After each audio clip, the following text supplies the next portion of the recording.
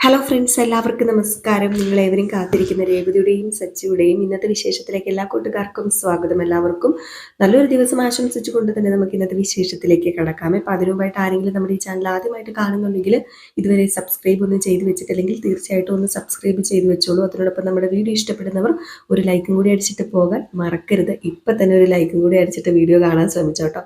അപ്പോൾ നമുക്ക് നേരെ വിശേഷത്തിലേക്ക് തന്നെ കിടന്നാലോ. തുടങ്ങുമ്പോൾ തന്നെ കാണിക്കുന്നത് നമ്മുടെ ചന്ദ്രനെ പറഞ്ഞ് പേടിപ്പിക്കുകയാണ് കേട്ടോ നമ്മുടെ ശ്രുതി. അങ്ങനെ ശ്രുതിയോട് പറയാണ്, ചന്ദ്ര റൂമിന്റെ അകത്ത് നിന്ന് വെളിയിലേക്ക് ഇറങ്ങിയപ്പം ഇനിയിപ്പോൾ രേവതിയുടെ അച്ഛൻ ചെയ്തതുപോലെ ബസ്സിന്റെ മുമ്പിൽ വല്ലതും ചെന്ന് ചാടിക്കഴിഞ്ഞാൽ തീർന്നില്ലേ, പോയില്ലേ, പ്രശ്നം വഷളാകും. മാത്രമല്ല പിന്നെ പോലീസ് ചന്ദ്രോദയത്തിൽ കയറി നിരങ്ങും, അമ്മേനെ പോലീസും കൊണ്ടുപോകും. ഇനിയിപ്പോൾ എന്താ ചെയ്യുക? അല്ല ശ്രുതി എന്തിനാ ഇങ്ങനെയൊക്കെ ഓരോന്ന് പറഞ്ഞ് ആന്റീനെ പേടിപ്പിക്കുന്നത്? അയ്യോ, ഞാൻ പേടിപ്പിച്ചതൊന്നുമല്ല, ഇത് സത്യമല്ലേ പറഞ്ഞത്. അങ്ങനെ പോലീസ് വന്നു കഴിഞ്ഞാലേ ഇവിടെ ആദ്യം ചോദ്യം ചെയ്യാൻ പോകുന്നതും, ആദ്യം പോലീസ് സ്റ്റേഷനിലേക്ക് കൊണ്ടുപോകാൻ പോകുന്നതും, ആദ്യം ജയിലിൽ പോകാൻ പോകുന്നതും അത് അമ്മ തന്നെയായിരിക്കും.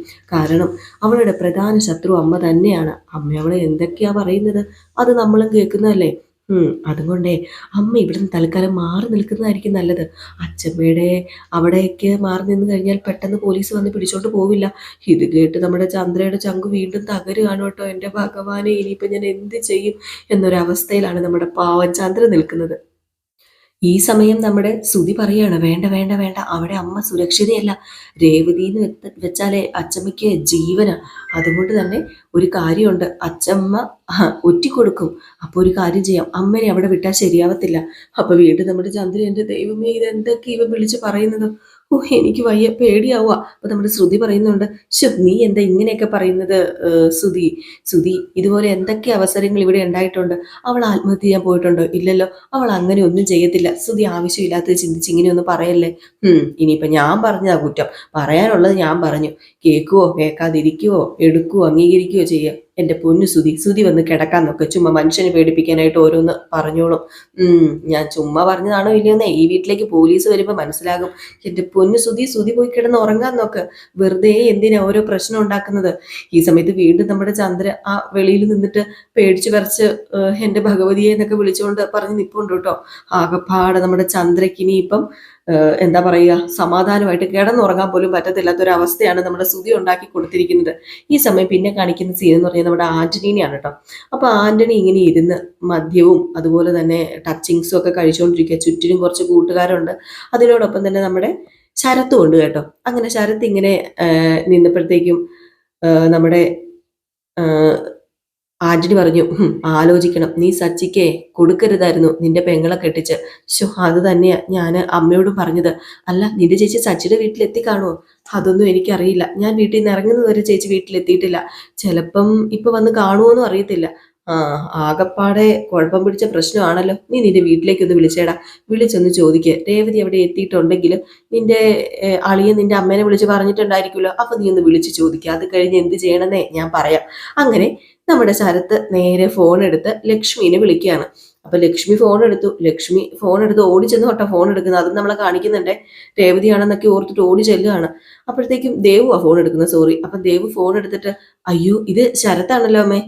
ശരത്ത് എന്തിനായിരിക്കും വിളിക്കുന്നത്? ഹലോ, എന്താടാ ചോദിച്ചപ്പോഴത്തേക്കും ശരത്ത് ചോദിച്ചു, ചേച്ചി വീട്ടിലെത്തിയോ? ഇല്ല, എത്തിയിട്ടുണ്ടെങ്കിൽ സച്ചേട്ടൻ വിളിക്കുമായിരുന്നല്ലോ. ഇതുവരെ സച്ചേട്ടൻ വിളിച്ചില്ലടാ. ആണോ? അല്ല, നീ എവിടെയാ ഉള്ളത്? നീ വീട്ടിലേക്ക് വരാറായില്ലേ? സമയം എത്രയായി? ഞാൻ ഇവിടെ അടുത്ത് തന്നെയുണ്ട്, വരാം. പെട്ടെന്ന് വീട്ടിലേക്ക് വാ, സമയം കുറെ ആയില്ലേ. ഞാൻ വന്നോളാം, നീ ഫോൺ വെക്ക എന്ന് പറഞ്ഞ് ഫോൺ കട്ട് ചെയ്തു. ഈ സമയത്ത് നമ്മൾ ശരത്ത് പറഞ്ഞു, ആന്റണി ചേട്ടാ, ചേച്ചി ഇതുവരെ വീട്ടിലെത്തിയിട്ടില്ല. നിന്റെ ചേച്ചിക്ക് എന്ത് പറ്റിയതായിരിക്കൂടാ? ഏതെങ്കിലും ക്ഷേത്രത്തിലായിരിക്കും, പെട്ടെന്ന് വരുമെന്നൊക്കെയാണ് ഞാൻ കരുതിയത്. പക്ഷെ എനിക്കെന്തോ പേടി തോന്നുക. പാവം എൻ്റെ ചേച്ചി, പഞ്ചപാവം.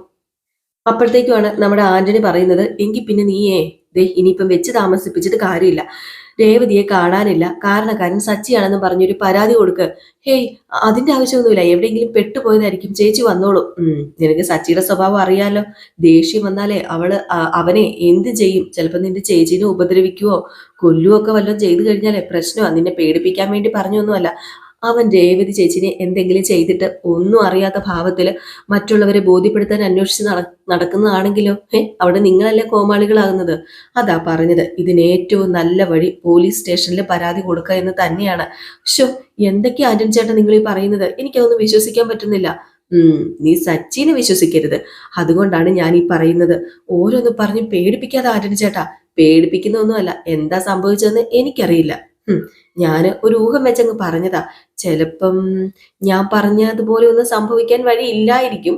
എങ്കിലും നീ ഒരു കാര്യം ചെയ്യ്. നീ ഇവിടെ ഇരുന്നിട്ട് കാര്യമില്ലല്ലോ. നീ ആദ്യം പോലീസ് സ്റ്റേഷനിൽ ചെന്ന് സച്ചിക്കെതിരെ ഒരു കേസ് കൊടുക്ക്. നമ്മൾ മാത്രം അന്വേഷിച്ച് കണ്ടുപിടിക്കാൻ പറ്റുന്ന ഇടപാട് കേസൊന്നും അല്ല ഇത്. പോലീസുകാരും കൂടെ ഇറങ്ങിത്തിരിക്കണം. ഇതിപ്പോ സമയം എത്രയായെന്ന് ഓർത്തോണ്ടാ. നിന്റെ ചേച്ചിനെ നിനക്ക് രക്ഷിക്കണ്ടേ? അതിന് ഞാൻ പറയുന്നതല്ലാതെ വേറെ ഒരു മാർഗവുമില്ല. നീ പെട്ടെന്ന് ചെന്ന് പോലീസിനെ കണ്ട് അവിടെ പോയൊരു പരാതി എഴുതി കൊടുക്കും. ഒരു മിസ്സിംഗ് കേസ്, അത് വലിയ പ്രശ്നമൊന്നുമല്ല. പിന്നെ പോലീസും അവരുടെ വഴിക്ക് അന്വേഷിക്കട്ടെ. ഒരു കാര്യം ചെയ്യാം, ഞങ്ങൾ ഞങ്ങളുടെ വഴിക്ക് അന്വേഷിക്കാം. എല്ലാവരും കൂടെ അന്വേഷിക്കുമ്പോൾ നിന്റെ ചേച്ചീനെ പെട്ടെന്ന് കണ്ടുപിടിക്കാമല്ലോ.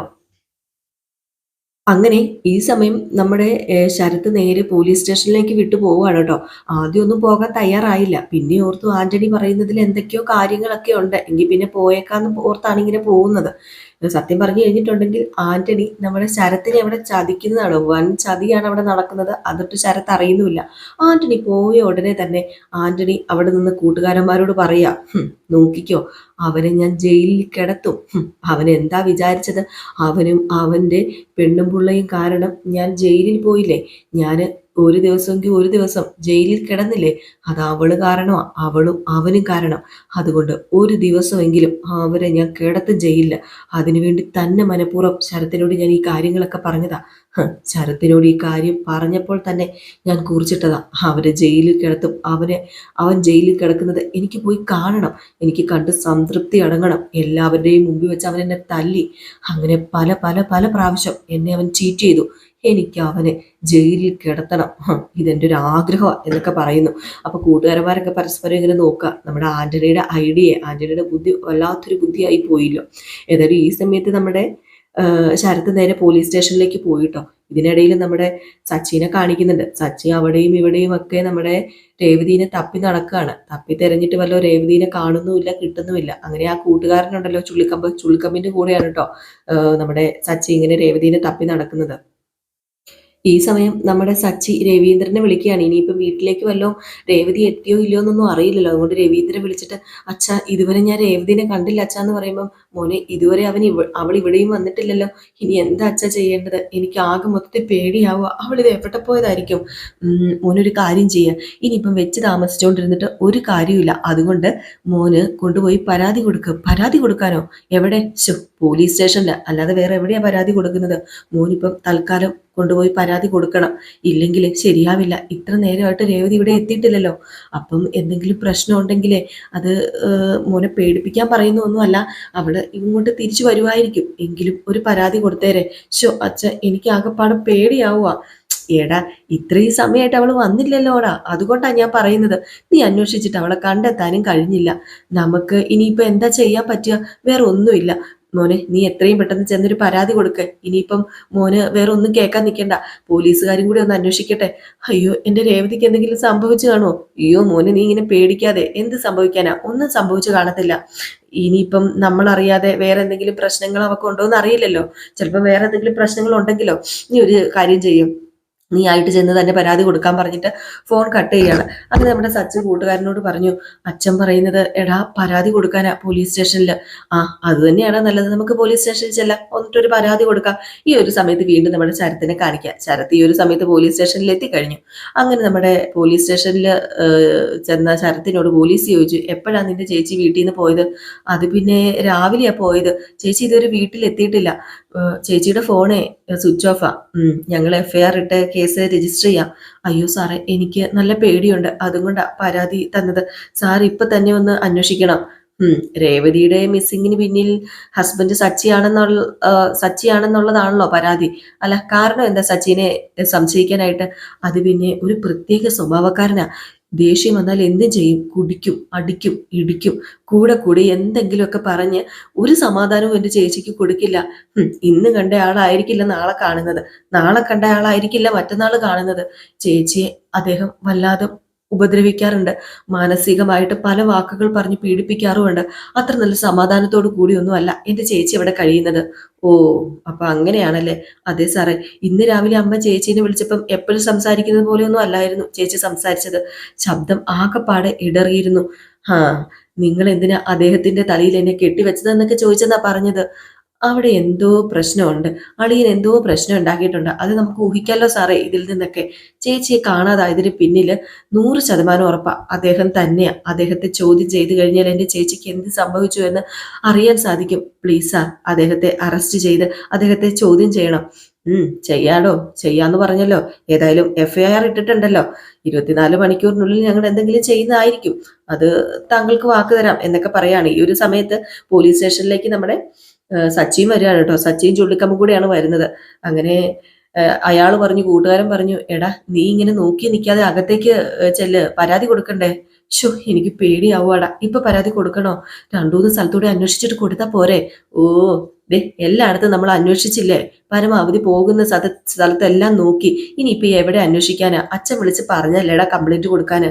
നീ ഇറങ്ങ്, നീ ചെന്ന് കൊടുക്ക്. നമുക്ക് കംപ്ലൈന്റ് തന്നെ കൊടുക്കാടാ, അല്ലാതെ ഇതിന് വേറൊരു സൊല്യൂഷൻ ഇല്ല എന്ന് പറയാണ്. ഈ ഒരു സമയത്ത് നമ്മുടെ സച്ചി അകത്തേക്ക് കയറി വരികയാണ് കേട്ടോ. അപ്പോഴത്തേക്കുമാണ് ഓടി സച്ചി വന്നിട്ട്, സാർ സാർ, എന്റെ വൈഫിനെ കാണുന്നില്ല സാറേ. കാണാതായതാണോ അതോ നിങ്ങൾ എന്തെങ്കിലും ചെയ്തതോ എന്നും പറഞ്ഞിട്ട് ശരത്ത് അങ്ങോട്ട് ചെന്നില്ലേ. അപ്പൊ ശരത്തിനെ കണ്ടതും നമ്മുടെ സച്ചിൻ പേടിച്ചു പോയിട്ടോ. കാരണം ശരത്ത് അവിടെ ഉണ്ടെന്ന് നമ്മുടെ സച്ചി ഒരിക്കലും പ്രതീക്ഷിക്കുന്നില്ല കേട്ടോ. ശരത്ത് പറഞ്ഞു, ശരത്തല്ല സച്ചി പറഞ്ഞു, ഞാൻ തിളച്ചു നിൽക്കുക, അതിന്റെ ഇതിൽ നീ ഓരോന്ന് പറഞ്ഞുണ്ടല്ലോ, ഞാൻ എന്തെങ്കിലും ചെയ്യും. ഞാനൊരു കാര്യം പറയാം, എന്റെ ചേച്ചിനെ എന്താ ചെയ്തതെന്ന് പറഞ്ഞു മര്യാദയ്ക്ക്. എടാ എന്താടാ നീ പറഞ്ഞത് എന്ന് പറഞ്ഞ് അടിക്കാൻ തുടങ്ങിയപ്പോഴാണ് സച്ചി പെട്ടെന്ന് ഓർത്തത് പോലീസ് സ്റ്റേഷനാണെന്ന്. അവിടെ ഇരുന്ന് SI ആണെങ്കിൽ എടാ എന്ന് പറഞ്ഞ് വിളിക്കുകയും ചെയ്തു. അപ്പോഴാണെങ്കിൽ നമ്മുടെ ശരത്ത് പറഞ്ഞു, കണ്ടോ, ഇയാളാ എന്റെ ചേച്ചിയുടെ ഹസ്ബൻഡ്, ഇയാളാ എന്റെ ചേച്ചിയുടെ തിരോധാനത്തിന് പിന്നില് ഇയാള് തന്നെയാ. അപ്പോഴത്തേക്ക് സച്ചി പറഞ്ഞു, അത് പിന്നെ സാറേ, എന്റെ ഭാര്യനെ കാണുന്നില്ല, അതിന്റെ കംപ്ലൈന്റുമായിട്ടാണ് ഞാൻ ഇങ്ങോട്ടേക്ക് വന്നത്. ഓഹോ, എടാ നിനക്ക് മുമ്പ് കംപ്ലൈന്റ് ആയിട്ടാണ് അതെ നിന്റെ അളിയൻ വന്നിരിക്കുന്നത്. ഇതിനെല്ലാം കാരണക്കാരൻ നീയാണെന്നാണല്ലോ നിന്റെ അളിയൻ പറയുന്നത്. ഓ, അതെന്താന്ന് എനിക്കറിയില്ല. ഇവൻ എന്നോട് ചെറിയ ശത്രുതയൊക്കെ ഉണ്ട് സാറേ, അതുകൊണ്ടാ ഇവൻ ഇങ്ങനെ പറയുന്നത്. ശരത്തെ, നീ വെറുതെ ഇങ്ങനെ പറയരുത് കേട്ടോ. ഇവനൊരു കൊച്ചു പയ്യനാ സാറേ. ഇവൻ ചെയ്യുന്നത് എന്താണെന്ന് ഇവന് തന്നെ അറിയില്ല. ഞാൻ രേവതി തമ്മിൽ അങ്ങനെ ഒരു പ്രശ്നമില്ല. ഞങ്ങൾക്ക് അങ്ങനെ ഒരു പ്രശ്നം ഉണ്ടാക്കേണ്ട കാര്യമില്ല. കാരണം രേവതി എന്റെ ജീവനാ, അവക്ക് ഞാനും ജീവൻ തന്നെയാ. ഞങ്ങളുടെ വിവാഹം എങ്ങനെയാ നടന്നതെന്ന് ഇവൻ വേണമെങ്കിൽ വിശദീകരിച്ചൊക്കെ തരും. പക്ഷെ വിവാഹത്തിന് ശേഷം ഞാനും രേവതിയും തമ്മിൽ അടുക്കാൻ കുറച്ച് പ്രയാസമൊക്കെ ആയിരുന്നു. അതൊക്കെ വെറും 1-2-3 മാസങ്ങൾ കൊണ്ട് ഞങ്ങൾ അടുത്തു. ഇപ്പം എനിക്ക് അവളില്ലാതെ പറ്റില്ല സാറേ. ഞാൻ പറഞ്ഞല്ലോ, അവളെന്റെ ജീവനാ, അവളെന്റെ പ്രാണനാ. എനിക്ക് അവളെ കണ്ടേ പറ്റൂ സാറേ. ഇവ പറയുന്നൊന്നും വിശ്വസിക്കരുത് പ്ലീസ് സാറേ എന്ന് പറഞ്ഞ് സച്ചി ഇങ്ങനെ വെപ്രാളപ്പെടുകയാണ്. അപ്പൊ സച്ചിയുടെ ഈ ഒരു വെപ്രാളവും എന്തോ ഈ ജെനുവിനിറ്റി ഒക്കെ കണ്ടപ്പോഴത്തേക്ക് പോലീസുകാരന്മാർക്കും കാര്യങ്ങൾ ഏകദേശം മനസ്സിലാവുന്നുണ്ട്. കാര്യം വേറൊന്നുമല്ല, നമ്മുടെ സച്ചിയുടെ കയ്യിൽ വേറെ പ്രശ്നങ്ങളൊന്നും ഇല്ല. ഇവര് തമ്മിലുള്ള എന്തോ ഒരു വഴക്ക് തന്നെയാണ്, ശത്രുത തന്നെയാണ്. അളിയന് വേണ്ടി പരാതി കൊണ്ട് കൊടുത്തതെന്നൊക്കെ പോലീസുകാർക്ക് ജസ്റ്റ് ഇവർ എത്ര പേരെ കാണുന്നതെന്ന് അവർക്ക് സ്വാഭാവികമായിട്ട് അറിയാൻ പറ്റൂലോ പെട്ടെന്ന് കാണുമ്പോൾ. അങ്ങനെ നമ്മുടെ സച്ചി ആ പോലീസുകാരനോട് പറയാണ്, സാർ പ്ലീസ് സാർ, എൻ്റെ ഭാര്യനെ എങ്ങനെയെങ്കിലും കണ്ടെത്തി തരണം, ഒന്ന് അന്വേഷിക്കും സാർ. ഈ പരിസരത്തൊക്കെ ഞങ്ങൾ അന്വേഷിച്ചു, ഇവിടെ ഒന്നും കണ്ടില്ല അവളെ. സാർ ഒന്ന് അന്വേഷിക്കും സാറേ. ഇനി നിങ്ങളല്ലാതെ വേറെ ആരും ഞങ്ങൾക്ക് ആശ്രയമില്ല സാർ. പ്ലീസ് സാർ, ഉറപ്പായിട്ടും കണ്ടെത്താനായിട്ട് സാധിക്കും. അപ്പോഴത്തേക്ക് പെട്ടെന്ന് SI പറഞ്ഞു, എടാ ശരത്തെ, നീയല്ലേ പറഞ്ഞത് നിന്റെ ചേച്ചീനെ കാണാനില്ല, അന്വേഷിക്കണം എന്ന് പറയുന്നു. ഇപ്പം ഇവൻ പറയുന്നു ഇവന്റെ ഭാര്യനെ കാണാനില്ലെന്ന്. നീ പറയുന്നതിൽ ഒരു കഴമ്പില്ലെന്നാണല്ലോ എനിക്ക് തോന്നുന്നത് ശരത്തെ എന്ന് പറഞ്ഞപ്പോഴത്തേക്ക് സാർ, അത് പിന്നെ എനിക്ക് മനസ്സിലായി എല്ലാം. നിങ്ങൾ തമ്മിൽ എന്തെങ്കിലും ശത്രുത ഉണ്ടെങ്കിൽ അത് നിങ്ങൾ തമ്മിൽ തീർത്തോണം. പിന്നെ നിങ്ങളുടെ കുടുംബ പ്രശ്നം തീർക്കേണ്ട സ്ഥലമല്ല പോലീസ് സ്റ്റേഷന്, അത് നിങ്ങൾ പുറത്ത് തീർത്താൽ മതി. ഇയാൾ പറഞ്ഞതിൽ കാര്യമുണ്ടെന്ന് എനിക്ക് തോന്നുന്നത്. അതുകൊണ്ട് ഞങ്ങൾ FIR ഇട്ട് അന്വേഷിച്ചോളാം. നിങ്ങൾ രണ്ടുപേരും ഇപ്പം ചെല്ലാൻ നോക്കാൻ പറഞ്ഞു. അതിൽ ശരത്തിന്റെ പണി അവിടെ ഏറ്റില്ല കേട്ടോ. നമ്മുടെ ആന്റണി ശരത്തിനെ പറഞ്ഞു വിട്ടത് വെറുതെ ആയി പോയി. കാരണം വേറൊന്നുമല്ല, സച്ചിയുടെ സംസാരം കേട്ടപ്പോൾ തന്നെ പോലീസുകാർക്ക് പിടികിട്ടി കാര്യം എന്താണ്, ഇവര് തമ്മിൽ ചെറിയൊരു ശത്രുതയൊക്കെ ഉണ്ടെന്ന്. അപ്പൊ പിന്നെ പോലീസുകാർക്ക് ഇവരുടെ കാര്യത്തിൽ കൂടുതൽ ഇടപെടേണ്ട കാര്യമില്ല. പിന്നെ മിസ്സിംഗ് കേസിന് FIR ഇടുകയും ചെയ്തു കേട്ടോ. ഈ സമയത്താണെങ്കിൽ സച്ചി പോലീസ് സ്റ്റേഷന് വെളിയിൽ പോയി നിൽക്കുകയാണ്. അങ്ങനെ ആകെപ്പാട് ടെൻഷനിലാണ് നമ്മുടെ സച്ചി ഉള്ളത്. അങ്ങനെ സച്ചിയുടെ അടുത്തേക്ക് ശരത്ത് വന്നു. എന്നിട്ട് ശരത്ത് ചോദിച്ചു, സച്ചിയേട്ടാ, നിങ്ങൾ എന്റെ ചേച്ചീനെ എന്താ ചെയ്തത്, സത്യം പറഞ്ഞു. എടാ ശരത്തെ, ഈ സമയത്ത് നീ ചോദ്യങ്ങൾ ചോദിച്ചു കഴിഞ്ഞാലേ എനിക്ക് തിരിച്ചൊന്നും പറയാൻ പറ്റില്ല. ഞാൻ എന്തെങ്കിലും ചെയ്തു പോകും. അങ്ങനെ ചെയ്യണ്ട എങ്കിൽ നീ എന്റെ കൺമുമ്പിൽ നിന്നും മാറിപ്പോക്കോ. രേവതിയും ഞാനും എങ്ങനെയാണെന്ന് നിനക്ക് നന്നായിട്ട് അറിയാം. ദേ രേവതി ഇല്ലെങ്കിൽ ഞാനില്ല, ഞാനില്ലെങ്കിൽ അവളുമില്ല. ആ ഒരു അവസ്ഥയിലാ ഇപ്പൊ ഞങ്ങൾ മുന്നോട്ടേക്ക് പോകുന്നത്. അത് നന്നായിട്ട് നിനക്കറിയാം. എന്നിട്ടല്ലേ നീ ഇപ്പൊ പരാതി കൊണ്ട് കൊടുത്തത്. അയ്യോ, നിങ്ങളുടെ സ്വഭാവം എനിക്കറിയാലോ. ഇന്നലെ ചിരിപ്പിച്ച നിങ്ങൾ ഇന്ന് കരയിപ്പിക്കും. അതറിയാവുന്നത് കൊണ്ട് തന്നെയാ ഞാൻ കൊണ്ട് പരാതി കൊടുത്തത്. ഹും, എടാ എടാ ശരത്തെ, എനിക്കെതിരെ പരാതി കൊടുക്കാനുള്ള ധൈര്യം നിനക്കില്ല. നിന്നെ ആരോ തള്ളി വിട്ടതാ ഇങ്ങോട്ട്. എനിക്ക് നന്നായിട്ട് അറിയാം അതാരാന്ന്. നീ പറയടാ, നീ ആര് പറഞ്ഞിട്ടാ ഇങ്ങോട്ട് വന്നത്? ആര് പറയണം? എന്റെ ചേച്ചിനെ കാണാതായി പോയി കഴിഞ്ഞിട്ടുണ്ടെങ്കിൽ ഞാൻ പരാതി കൊടുക്കൂലേ? ഇവിടെ വരില്ലേ? അയ്യോ, ചേച്ചിയോടുള്ള നിന്റെ സ്നേഹം എത്ര ഉണ്ടെന്ന് എനിക്കറിയാം. കണ്ട തെമ്മാടികളുടെ കൂടെ കൂട്ടുകൂടരുതെന്ന് അവള് പറഞ്ഞിട്ട് നീ കേട്ടോ? ഇല്ലല്ലോ. നിനക്ക് നിന്നോടല്ലാതെ വേറെ ആരോടെങ്കിലും സ്നേഹമുണ്ടോ? ദേ, നിങ്ങൾ കരുതിക്കൂട്ടി വിഷയമൊന്നും മാറ്റണ്ട. എന്റെ ചേച്ചി എവിടെയുണ്ട് അത് പറ. ദേ ശരത്തെ, ഞാൻ പറഞ്ഞു, ദേ പരിധിയുണ്ട് ക്ഷമിക്കുന്നതിന്. ആ പരിധി കവിഞ്ഞാലേ നിന്റെ ചെപ്പക്കുറ്റി ഞാൻ അടിച്ച് തെറിപ്പിക്കും. നീ ഇപ്പൊ പോടാ പോടാ പോടാ പോടാ. നീ ഇപ്പൊ പോയില്ലെങ്കിൽ പോലീസ് സ്റ്റേഷനാണെന്നൊന്നും ഞാൻ നോക്കത്തില്ല. ദേ നിന്റെ കൈ കിടക്കുന്നത് കണ്ടോ? കൈ, ഈ ഒരു കൈയേ ഇപ്പൊ ഇങ്ങനെ കിടക്കുന്നുള്ളൂ. ഇനി മറ്റേ കൈയും കാലും ഓടിക്കണമെങ്കിൽ പോ പോ പോ എന്ന് പറഞ്ഞ് സച്ചി ശരത്തിനോട് ഇങ്ങനെ നോക്കി പേടിപ്പിക്കുകയാണ്. ഏതായാലും ശരത്ത് ആ ഒരു സമയം അങ്ങ് പോവുകയാണ് കേട്ടോ. ശരത്തിന്റെ കൂടെ മറ്റേ ആന്റണിയുടെ ഒരു ഫ്രണ്ടും ഉണ്ട് കേട്ടോ. അപ്പൊ തന്നെ അറിയാലോ ആന്റണിയുടെ എന്താ പറയാ, ആന്റണി കുത്തി തിരിച്ചിട്ടാണ് പോലീസ് സ്റ്റേഷനിലേക്ക് വന്നത് എന്ന്. അങ്ങനെ നമ്മുടെ സച്ചി വീണ്ടും ഭയങ്കര ടെൻഷനിൽ ഇങ്ങനെ പോലീസ് സ്റ്റേഷനിൽ തന്നെ നിൽക്കുകയാണ്. പിന്നെ ആ പോലീസ് സ്റ്റേഷന്റെ മുമ്പിൽ നിന്നിട്ട് കാര്യമില്ലെന്ന് മനസ്സിലായ നമ്മുടെ സച്ചിയും സച്ചിയുടെ കൂട്ടുകാരനും കൂടെ നേരെ പോവുകയാണ് കേട്ടോ. പോകുമ്പോഴും വഴി സൈഡിലും അവിടെയും ഇവിടെയും ഒക്കെ തെരഞ്ഞു തന്നെയാണ് സച്ചി പോകുന്നത്. അങ്ങനെ അവിടെ ഇവിടെയൊക്കെ തെരഞ്ഞു പോയി പോയി ഒരു ക്ഷേത്രത്തിന്റെ മുമ്പിൽ എത്തിയപ്പോഴത്തേക്ക് നമ്മുടെ സച്ചി വണ്ടി നിർത്തി. അപ്പോഴത്തേക്കും ചുള്ളിക്കമ്പി ചോദിച്ചു, എന്തിനാണ് വണ്ടി നിർത്തിയെന്ന് ചോദിച്ചപ്പോൾ അത് പിന്നെ വേറൊന്നുമല്ല, ഇനി എല്ലാവരെയും ഇനി എനിക്ക് മുറുകെ പിടിക്കാനുള്ളത് ഈശ്വരന്മാരെ മാത്രമേ ഉള്ളൂ. ഞാനങ്ങനെ ഈശ്വരന്റെ മുമ്പിൽ പോയി കരുതി പ്രാർത്ഥിക്കാറൊന്നുമില്ലടാ. പക്ഷെ പറ്റില്ല, എനിക്ക് പ്രാർത്ഥിച്ചേ പറ്റൂ എന്ന് പറഞ്ഞുകൊണ്ട് നേരെ ആ ഒരു ക്ഷേത്രത്തിന്റെ മുമ്പിൽ ചെന്ന് നിന്ന് നമ്മുടെ സച്ചി കരഞ്ഞു പ്രാർത്ഥിക്കാണ് കേട്ടോ. എൻ്റെ രേവതി എവിടെയാണെങ്കിലും പെട്ടെന്ന് തന്നെ എൻ്റെ രേവതിനെ കണ്ടുപിടിച്ച് തരണം എൻ്റെ ഈശ്വര. മാത്രമല്ല രേവതി ഞാൻ കാരണം എന്തെങ്കിലും ചെയ്തിട്ടുണ്ടെങ്കിൽ, ഞാൻ കാരണം അവൾക്ക് എന്തെങ്കിലും സംഭവിച്ചിട്ടുണ്ടെങ്കിൽ പിന്നെ ഞാൻ ജീവിച്ചിരിക്കില്ല എന്നിങ്ങനെ പറയുകയും ചെയ്യുന്നുണ്ട്. അപ്പൊ ഈ ഒരു ഭാഗം കാണിച്ചിട്ടാണ് ഇന്നത്തെ വിശേഷം അവസാനിക്കുന്നത്. അപ്പൊ എല്ലാവരും കാത്തിരിക്കുക അടുത്ത വിശേഷത്തിനായിട്ട്. അടുത്ത വിശേഷവുമായിട്ട് പെട്ടെന്ന് വരാം. നയനിയുടെയും ആദർശിന്റെയും കഥയാണ്. അത് കഴിഞ്ഞാൽ നമ്മുടെ അലീനയുടെ ഇന്നത്തെ ഫുൾ വിശേഷവുമായിട്ട് വരും കേട്ടോ. അപ്പൊ എല്ലാവർക്കും ടാറ്റ ബൈ ബൈ. ഒരു ലൈക്ക് അടിക്കാൻ മറക്കരുതേ.